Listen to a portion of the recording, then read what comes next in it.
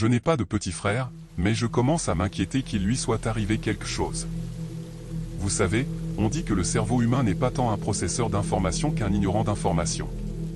Pensez Y, en ce moment, vous ne pensez pas à la peau du dessus de votre pied gauche, n'est-ce pas?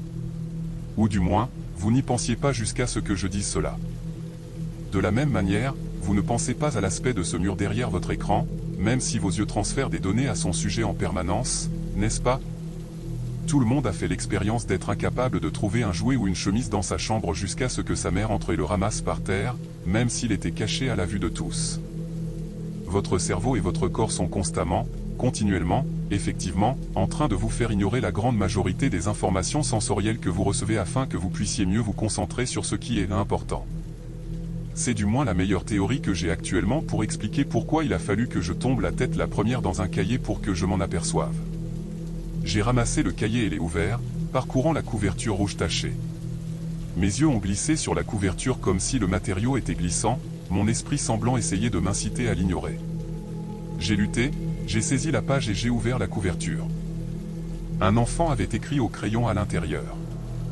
Ben Christiansen, 4e année d'anglais Madame Richard. J'avais la bouche sèche. Juste en dessous de l'écriture gribouillée, il y avait ma propre écriture. Je t'aime Benny Bro. Madame Richard était aussi mon professeur d'anglais, alors je lui dirais d'y aller mollo avec toi. J'avais apparemment écrit sous l'un des cœurs souriants que j'aime dessiner. Je ne me souviens absolument pas avoir écrit ce message. Mon nom de famille est Christiansen, mais je n'ai aucun parent qui s'appelle Ben, et je suis fille unique. Un enfant portant le même nom que moi et une écriture fantôme n'aurait pas été suffisant pour me faire peur, mais le carnet me semblait si profondément erroné. J'avais l'impression de fixer l'un des projecteurs du stade de football du lycée.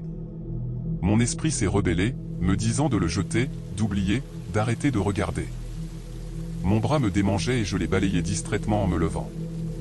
Ma mère était dans son bureau, en train de travailler sur l'ordinateur. « Maman » ai-je appelé. Jette un coup d'œil à ça.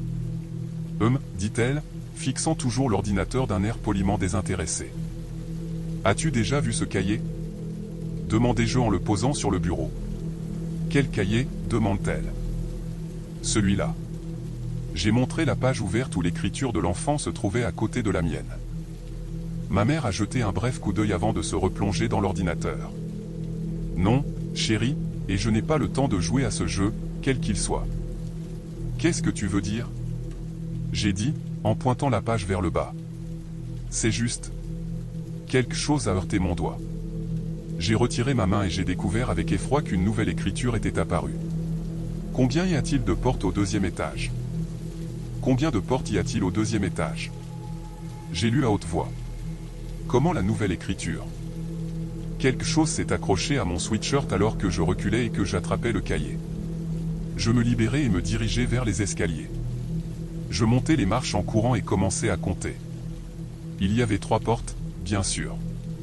Une salle de bain, la chambre de mes parents, ma chambre et... Je fixai la 4e porte, mes yeux glissant sur une paire d'affiches Minecraft et Fortnite, comme elles l'étaient sur le cahier.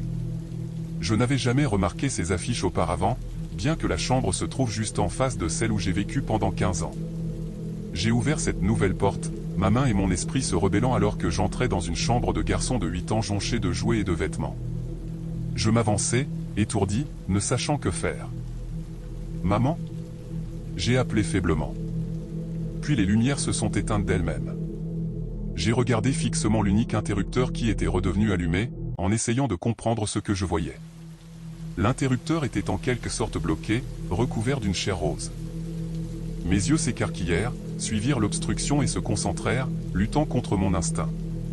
Un jeune garçon se tenait dans la pièce avec moi, les yeux rouges de larmes et le nez dégoulinant de morve. « Julie » cria-t-il entre 2 sanglots. « Tu peux enfin me voir ?»